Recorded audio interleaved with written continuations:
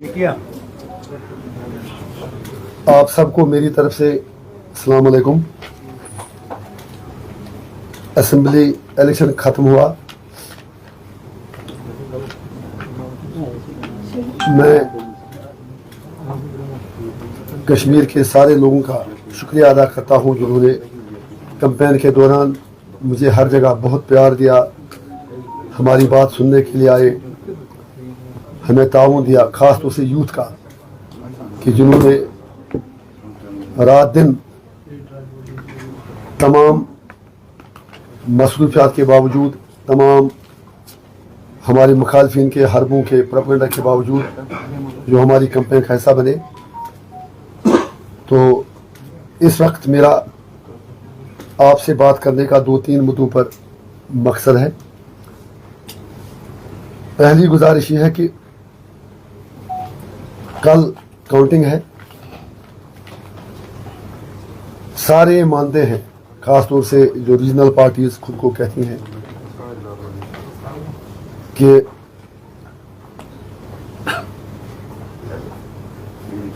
जो भी सरकार बनेगी यूनियन टेरिटरी की सरकार होगी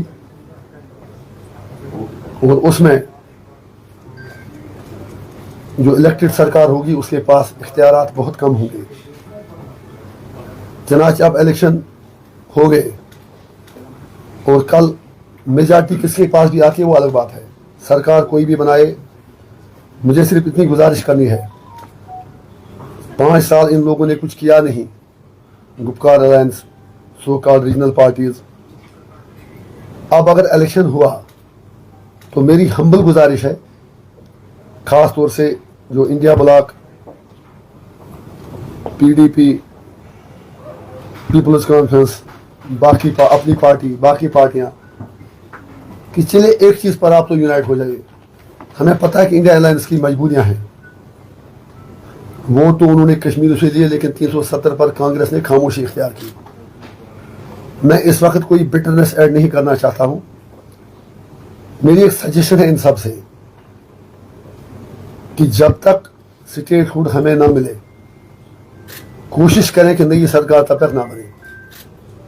अगर मेजॉरिटी भी मिलेगी, चाहे किसी अकेली पार्टी को मिले, अलायंस को मिले, या इंडिपेंडेंस का सपोर्ट चाहिए, या किसी और का सपोर्ट चाहिए, तो अच्छा रहेगा कि अगर ये सारी पार्टियां एक पॉइंट पर फोकस करके यूनियन गवर्नमेंट पर ये कहते हैं कि आप स्टेटहुड वापस दे दीजिए, इलेक्शन हो गया।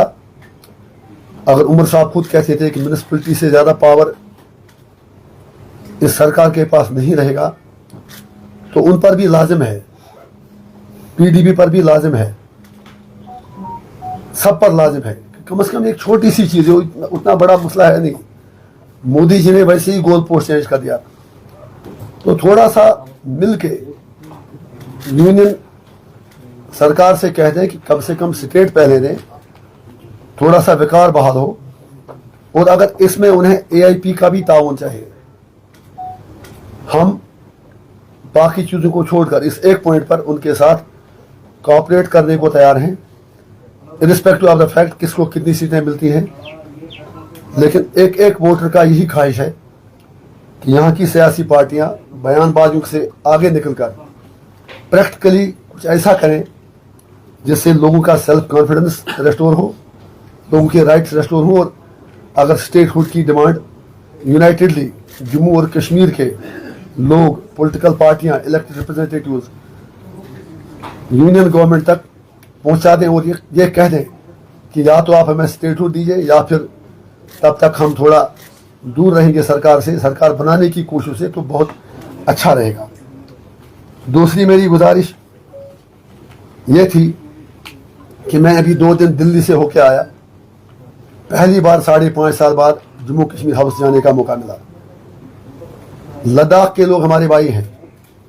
मैं हैरान हुआ ये देखकर कि जो मेन जम्मू कश्मीर हाउस है वो सारा लद्दाख के यूटी को दिया गया है, वो सारा लद्दाख यूटी को दिया गया है। अफसोस यह है कि अगर जम्मू कश्मीर लगभग 2 करोड़ की आबादी है, 2 करोड़ की आबादी के लिए 2 ब्लॉक, कोई 20-25 कमरे, और लद्दाख की आबादी मुश्किल से 3-4 लाख है, उनके लिए भी उतना ही हिस्सा उसमें दिया गया, उतना ही शेयर दिया गया। ये जाती क्यों? मैं पूछना चाहता हूं कि 5 अगस्त 2019 के बाद my humble appeal to government of India and the local government would be that what was the criteria adopted to divide the properties between Ladakh and Jammu and Kashmir. I have love, respect and sympathy for the Ladakhi people, लेकिन दुख यह है कि वहां तो बैठना ही है, वहां बच्चे जाएंगे, लोग जाएंगे, पेशेंट जाएंगे, बाकी लोग जाएंगे, तो आपने 4 लाख लोगों के लिए भी उतनी अकोमोडेशन वहां प्रोवाइड कर दी और 2 करोड़ लोगों को भी उतनी ही जगह दे दी। What was the criteria? और जो जगह जम्मू कश्मीर को मिली है, वो तो पहले वहां पर कोई बीमार जाता था, कोई और जाता था, उनके लिए रिजर्व थी, छोटे छोटे कमरे, उससे बड़े तो बाथरूम है लोगों के घरों में। तो मुझे उम्मीद है कि आपकी वसादत से सरकार तक ये बात पहुंचेगी, and I want an explanation as a citizen of the state and as member parliament of north Kashmir, कि हमें यह बताया जाए कि क्राइटेरिया क्या था जिस पर आपने वो बंदर मार्ट कर दी और हमारे रिसोर्सेज को आप हर चीज़ में जिस तरह मर्जी उस तरह कश्मीरियों को लाइट डाउन करते हैं। और जम्मू के लोगों से मेरी गुजारिश है कि वो भी ये चीज़ें देख लें। तीसरी चीज़ मेरी ये गुजारिश है, अब तो सरकार कल बनेगी ही, मैं कहता हूं कि फिलहाल पार्टियां रुक जाएं। अगर सरकार कल बनाते हैं तो एक कैपिटल इसका कहां होगा? श्रीनगर है या जम्मू है? दरबार में एक अच्छी ट्रेडिशन थी जो एक बॉन्डिंग का काम करता था between 2 reasons, cultural bonding, emotional bonding, हर तरह से बॉन्डिंग। सिर्फ यह कहना कि उससे कितने कुछ करोड़ पैसे हमें खर्च होते थे, I don't think that carries a logic. Secretariat में जाके जो मुझे पता चला, लोगों का काम सफर होता है, पैसा बचाने के बजाय कंफ्यूजन है, ऑफिसर में भी कंफ्यूजन है, लोगों में भी कंफ्यूजन है। तो मेरी ये गुजारिश है कि नई सरकार बनाने से पहले एक बड़ा दिल दिखाकर, हर चीज़ को अन्ना का मसला न बनाकर, दरबार मुखी रिवायत को फिर से बहाल किया जाए, ताकि जम्मू और कश्मीर के लोग एक दूसरे से मिल सकें, मिलजुल सकें, और एक जो उनका एक कल्चरल बॉन्डिंग है वो मजबूत हो जाए। उसके अलावा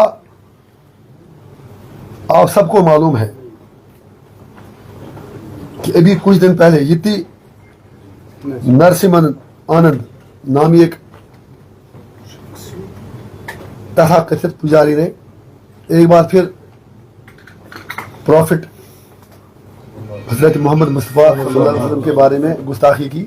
हमें उससे कोई फर्क पड़ने वाला नहीं, क्योंकि वो हमारे दिलों में रहते हैं। किसी भी मुसलमान को दिल बर्दाश्त होने की जरूरत नहीं, लेकिन उनके नाम पर मुसलमान अपना सब कुछ कुर्बान कर सकता है। लेकिन मेरा मोदी जी से इतना सवाल है, अगर आपने मुझको यूएपी में बंद कर दिया, कश्मीरी बच्चों को सोशल मीडिया पोस्ट करने पर तिहाड़ जेल भेजा गया, तो इस गुस्ताख रसूल की सजा क्या है? जो योगी आदित्यनाथ डोजर लेके हर जगह पहुंच जाते हैं, आखिर क्या ये आदमी यूएपीए तो इन लोगों के लिए बना था? हम पूछना चाहेंगे पूरे हिंदुस्तान के, मैं नहीं कहता हूँ सिर्फ मुसलमान ही, जो सेक्युलर हमारी मेजॉरिटी कम्युनिटी के लोग हैं, they also want to know why this man and few others like him have not been booked under UAPA. उनके लिए आपने क्या सजा तजवीज़ रखी है? और we all condemn it. During election campaign 2 चीज़ें मैं तवज्जो आपकी चाहूँगा। इलेक्शन कमीशन से मेरा सवाल है, मैंने इसी कमरे में बताया भी था जब मैं आया था, हमारी पार्टी का रजिस्ट्रेशन अभी तक नहीं दिया गया। What is the reason? हमने एमपी का इलेक्शन 19 में लड़ा एआईपी के नाम पर, 24 का हम जीत गए एआईपी के नाम पर, पंचायत इलेक्शन हमने एआईपी के नाम पर लड़े, और आज असेंबली के इलेक्शन भी हमने एआईपी के नाम पर लड़े। और हमारे साथ इतनी ज़्यादती क्यों? मैं इलेक्शन कमीशन ऑफ इंडिया से रिक्वेस्ट करना चाहता हूँ, for God sake let the nation know, let the people of J&K know, why didn't you give registration to Awami Ittehad Party? आपने इस पीरियड में डेमोक्रेटिक आज़ाद पार्टी को रजिस्ट्रेशन दे दी, अल्ताफ साहब की अपनी पार्टी को रजिस्ट्रेशन दे दी, बाकी पार्टियों को रजिस्ट्रेशन दे दी जिनका एड्रेस ही नहीं है। लेकिन एआईपी को, जिसने पार्लियामेंट इलेक्शन में इतनी अच्छी कारकर्दगी दिखाई, हमें आपने नचाया श्रीनगर से दिल्ली, दिल्ली से यहाँ। आखिर हमसे इतनी बेर क्यों? इलेक्शन कमीशन को खुल के कहना चाहिए कि वो हमसे चाहता क्या है। उससे भी बड़ी बात यह है कि जब हमने फिर एंड पे कहा हमें कॉमन सिंबल दे दो, तो नहीं दिया गया। कहीं हमारा निशान प्रेशर कुकर था मेजॉरिटी ऑफ सीट्स पर, कहीं वो गड़ा दिया गया, कहीं इंजन दिया गया, कहीं जंजीर दी गई, कहीं ऑटो दिया गया, ये इनजस्टिस क्यों? ये इलेक्शन कमीशन की न्यूट्रलिटी पर सवाल है। हमें उम्मीद है कि वो रेस्पॉन्ड करेंगे और आपसे भी कहेंगे जब भी आपको मौका मिले, you are voice of the voiceless, आप उनसे भी ये पूछ लें कि ऐसा आखिर उन्होंने क्यों किया। और जम्मू कश्मीर पुलिस से हम शुक्रगुजार है एडमिनिस्ट्रेशन के कि चलिए फिर भी कंपेरेटिवली जितना उन्होंने किया सबको फैसिलिटेट किया, लेकिन कई जगहों पर खास तौर से बडगाम में जब हमारी कंपेन चल रही थी बीरवा में, तो एक एडिट करके वीडियो बनाया गया कि जिसमें हमारे कारकुन पर कहा गया, उसने एक पर्टिकुलर कम्युनिटी के बारे में कहा कि स्लोगन कोई दिया। पुलिस ने फिर खुद कहा कि ऐसा कुछ नहीं था, शिया बनोगे ना बहना, जब उसने कहा ऐसा नहीं था। फिर पुलिस ने 3 बंदे गिरफ्तार भी कर लिए, लेकिन वो 3 बंदे गिरफ्तार करने के बावजूद उनको छोड़ा गया और ना ही पुलिस ने during campaign, during election process statement भी नहीं डाला कि ये फेक था। अफसोस हमें इस बात का है कि हम पूछना चाहते हैं जम्मू कश्मीर पुलिस से, अगर बडगाम में किसी बंदे ने एडिट करके फेक वीडियो फैलाया, सेक्टेरियन डिवाइड करने की कोशिश की, उन बंदों को आपने गिरफ्तार क्यों नहीं किया? ये ऐसा किसके इशारे पर हुआ? ये मेरी डीजीपी साहब से मुअद्दबाना गुजारिश है। तो ये कुछ बातें थी जिन पर हमने सोचा कि आपके सामने रखें और आपसे ये अपना नुक्ता नज़र रख लें। तो अगर आपको कोई सवाल हो तो आप पूछ सकते हैं। अगर आप इस पोजीशन में होंगे कि आपके बगैर सरकार नहीं बनेगी, क्या आप सरकार बनाने के लिए दोनों साइड में किसी साइड को सपोर्ट देंगे कि आप अपोजिशन में बैठने का तैयार कर सकते हैं? सर अभी वेट कीजिए, मैंने पहले भी आपसे कहा कि मेरे लिए प्रायोरिटी सरकार बनाना नहीं है, सरकार तो भी बनेगी। वेट कीजिए, कल तक नतीजे आए, देखते हैं उसके बाद। लीडर साहब, अभी कॉन्स्टिट्यूशन जो प्रोविजंस है उसको वायलेट किया जा रहा है, आर्बिट्री जो रूल्स है या पावर्स है वो एलजी को दिए जा रहे हैं, डिस्पाइट की president of India has not authority to use the arbitrary powers. तो उसको आप कैसे देख रहे हैं? Even Congress has already said that this is the pre-poll rigging. किस चीज का आप वजाहत करें थोड़ा? 5 नंबर जो नॉमिनेट हो रहे हैं। देखिए, उस पर आपने अच्छा सवाल पूछा। जब ये चीजें हुई मैं जेल में था। मैं मोदी जी से एक ही गुजारिश करना चाहूंगा, मेरे लिए अभी आप में किसी ने मुझे बाहर कोई कह रहा था कि बीजेपी को पहले ही 5 सीटें मिली, मैं उसको बीजेपी और कांग्रेस लड़ाई में नहीं देखना चाहता हूँ। सवाल यह है, अगर मोदी जी ये कहते हैं, अमित शाह जी कहते हैं, बीजेपी दावा करती है कि अब इंटीग्रेशन पूरा हुआ, एक विधान, एक प्रधान, एक निशान, तो अगर पूरे कंट्री में कहीं नॉमिनेशन नहीं है तो JNK में क्यों? बल्कि मैं कहता हूं, एक तरफ आपने स्पेशल स्टेटस लो कार्ड खत्म किया, दूसरी तरफ आपने एक नया स्पेशल स्टेटस लाया। अगर हमारे कश्मीरी पंडित भाई, तो हमारे भाई हैं, वो भी इलेक्शन लड़ते हैं। मेरी पार्टी में भी एक कश्मीरी पंडित भाई इलेक्शन लड़ रहा था, हमने भी टिकट दिया। कश्मीर में दर्जनों कश्मीरी पंडित भाई इलेक्शन लड़ रहे हैं, वो बिल्कुल एज गुड स्टेक होल्डर से जितना हम हैं। तो मेरा ये सवाल है, फिर मेरा बेसिक कंसेप्ट से ही झगड़ा है कि नॉमिनेशन क्यों? फिर डेमोक्रेसी का मतलब क्या है? उसके लिए आप काउंसिल बनाओ, लेजिस्लेटिव काउंसिल बनाओ, उसको बहाल करो, जितनी मर्जी उतने आप नॉमिनेट करो, आई हैव नो प्रॉब्लम। जैसे अपर हाउस इधर पार्लियामेंट में है, जैसे यहाँ पर था, असेंबली का फिर स्पिरिट ही डाई हो जाता है अगर आप किसी को भी नॉमिनेट करें। I am not talking only about Kashmiri pandits, I am not talking only about POK refugees.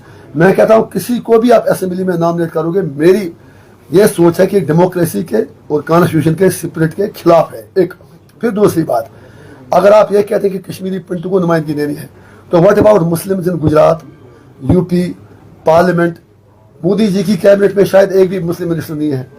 तो लिहाजा ये मोदी जी को सोचना होगा पहले कि अगर वो कहते हैं कि हमने यहाँ पर एक मतलब विधान, एक प्रधान, सब कुछ खड़ा कर दिया, तो फिर जम्मू कश्मीर में चोर दरवाजे से ऐसा करने की क्या जरूरत है?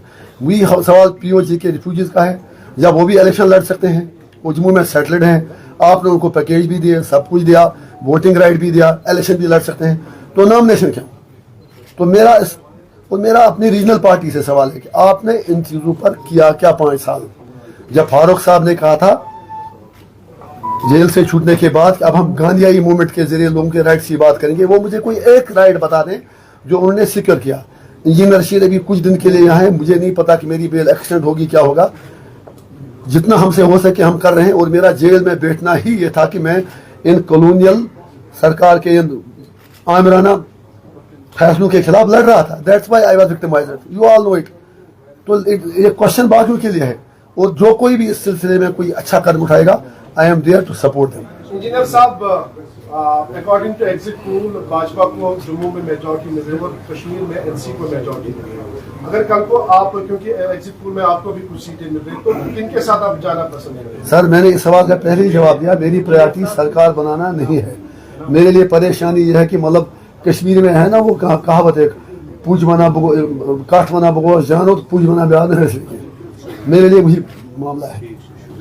जी इंजीनियर साहब, मेरा सवाल है, और एक रिक्वेस्ट है कि अगर किसी को भी कुछ पूछना है, इसके बाद मुझे कोई बाइट नहीं देनी है, मुझे जल्दी कहीं जाना है, जो भी कहना यहाँ कह दीजिए। जी मेरा सवाल ये है कि चूंकि इलेक्शंस पीसफुली कंक्लूड हुए, आप नया कश्मीर, बीजेपी के नया कश्मीर को प्रोपेगेंडा कहते हैं और आपके बैनर पे भी लिखा है जेल फ्री कश्मीर, सो आप प्रिजनर्स की बात करते हैं और साथ साथ आपने प्रेस कॉन्फ्रेंस के आगाज में कहा कि जो यहाँ की पॉलिटिकल पार्टीज है रीजनल सो कॉल्ड, लेकिन जब हम आपके कैंडिडेट्स पर नजर दौड़ाते हैं जिनको आपने मैंडेट दिया, सो वो इन्हीं रीजनल पॉलिटिकल पार्टीज से वाबस्ता है। एक दूसरा, जो प्रिजनर्स की आप बात करें, आपकी कैंडिडेट एक प्रिजनर की बेटी के साथ ही नाजिबा अल्फाज उनके खिलाफ देते। दूसरा, तीसरा ये कि बैनुल अक़वामी सतह पर आप ही के एक कैंडिडेट वहाँ पे जाके कहते हैं कि कश्मीर में मिलिटेंट यहाँ की खवातीन के साथ रेप कर रही है।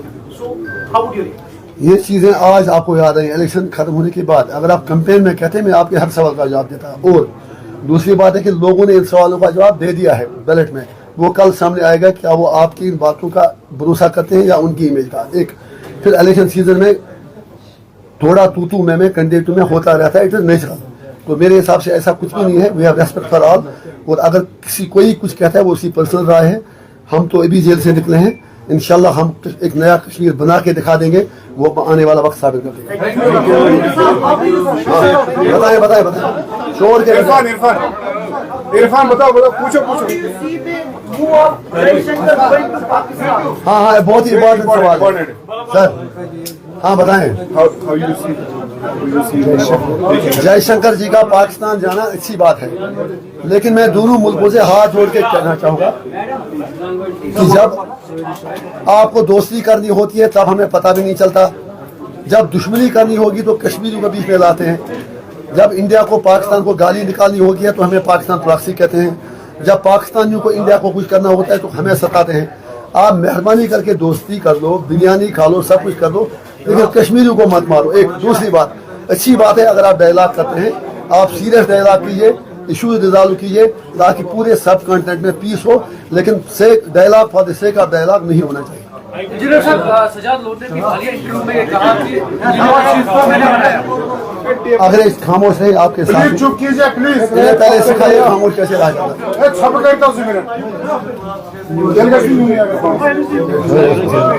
बताएं। इंजीनियर साहब, अभी सजाद लोधी ने एक इंटरव्यू में कहा कि इंजीनियर रशीद को मैंने बनाया, वो पीसी का नहीं हुआ, आपका क्या होगा? वो किसी का, वो मेरा नहीं हुआ, वो लोगों का क्या होगा? वो जीके में जितने भी आर्टिकल वो मैंने लिखे, वो वंडरफुल, वेरी इंपॉर्टेंट क्वेश्चन। पहली बात यह है, वोट तो लोग डालते हैं, मेहरबानी कर अगर आप खामोश रहिएगा ना प्लीज। अरे आप जर्नलिस्ट हैं, थोड़ा अपने पेशे का ख्याल रखिए please. Kindly for God sake, बहुत इंपॉर्टेंट सवाल है, अभी आप ही पकड़िए। अगर मुझे थोड़ा इधर उधर हुआ तो शाम को आएंगे कि इस तरह कहा। पहली बात यह है कि मुझे सजा साहब का रेस्पेक्ट है। मैं तो सरकारी नौकरी करता था 2008 तक, इलेक्शन से पहले 5 दिन मैंने नौकरी छोड़ी, वो तो बाइकाट पर थे। अगर आपको याद होगा 2008 में वो बाइकाट मुहिम चलाते थे, तब वो गिलानी साहब से ज़्यादा बाइकाट के चैंपियन थे, तो ये कोई बात हजम ही नहीं हुई। एक फिर जो उन्होंने कहा आर्टिकल्स की बात, क्योंकि I can't speak on the merits of the case. जो मेरे ऊपर केस लगा है उसमें सबसे बड़ा चार्ज है कि मैं अपने आर्टिकल्स में, स्टेटमेंट्स में सेपरेटिस्ट आइडियोलॉजी को प्रमोट करता था।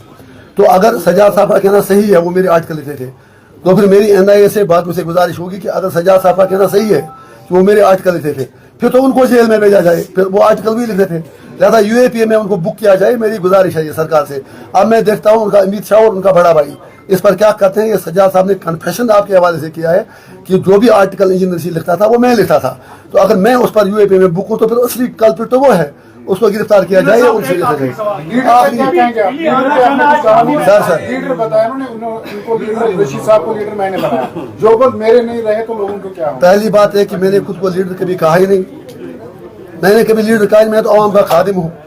लीडर वो हो सकते हैं। एक आखिरी सवाल, सर। दिल्ली आना जाना काफी रहता है लीडरों का, हाँ? जम्मू कश्मीर के लीडरों का दिल्ली आना जाना काफी रहता है, आपको कोई इन्विटेशन मिली वहाँ से? कहाँ से? दिल्ली से?